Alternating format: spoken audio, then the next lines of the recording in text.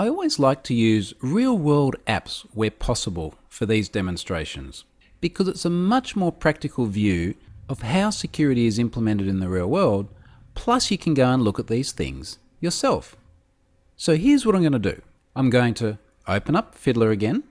I'm going to turn off capturing because I don't want to capture any requests from the host, and you'll see here my filters aren't checked. I'm no longer filtering. What I'm going to do now is on my iPhone, which is proxying through Fiddler, is I'm going to open the IMDb app.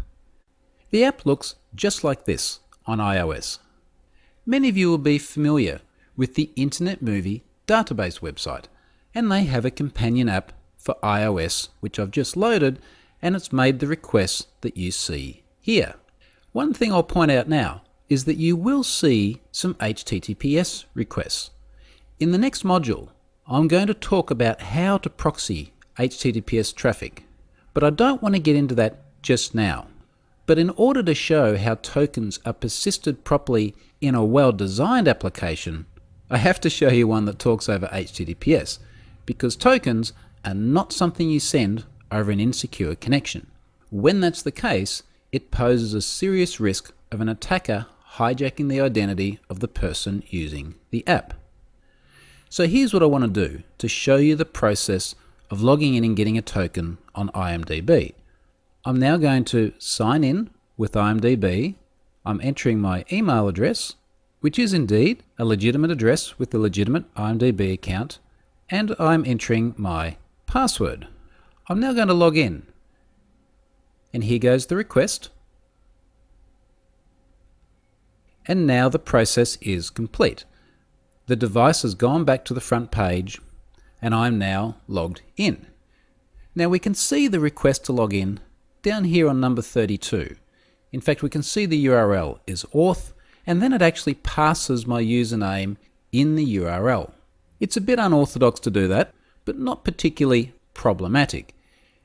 If we go and take a look at the raw request, we'll see my password is passed in the request body. Again, terrible password, and I assure you, by the time you're viewing this, the password is now something very different. The point I'm trying to make here is that clearly there needs to be an authentication process. So obviously there's a point when we do provide credentials in the clear. Let's look at the response though, because inevitably it's the response which is going to return the token, which is then going to be persisted across authenticated requests.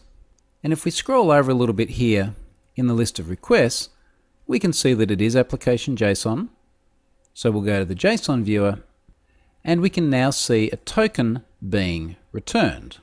It's this one just here that starts with IMDb, but clearly it doesn't conform to any of the risky patterns we saw before. It's certainly not an enumerable integer, and it appears to be a cryptographically strong string. So we've logged on, we've received a token. We've also got an SSO token down a little bit further, and it may well be that IMDb makes use of a couple of different tokens for different purposes. Let's now do something that only an authenticated user should be able to do. I'm opening the menu, and I'm going to go to my ratings. I'll scroll across a little bit. I can see a ratings request just here. And if we look at the raw request, we can see that there's an authorization header which is sending the same token that we saw earlier on. Now, of course, there are semantics in terms of how the token gets sent with the request. Is it a custom header? Is it part of a post body? Is it a cookie? Or is it even part of the authorization header?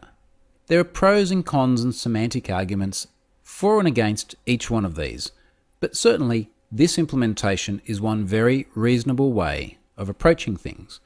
The point is, and the reason I'm showing you this now, is it's demonstrated the pattern of log in once with username and password, receive a strong token, and then make subsequent requests by sending that token back to the service and never seeing the username and password again, and also never seeing anything as easily exploitable as an enumerable ID.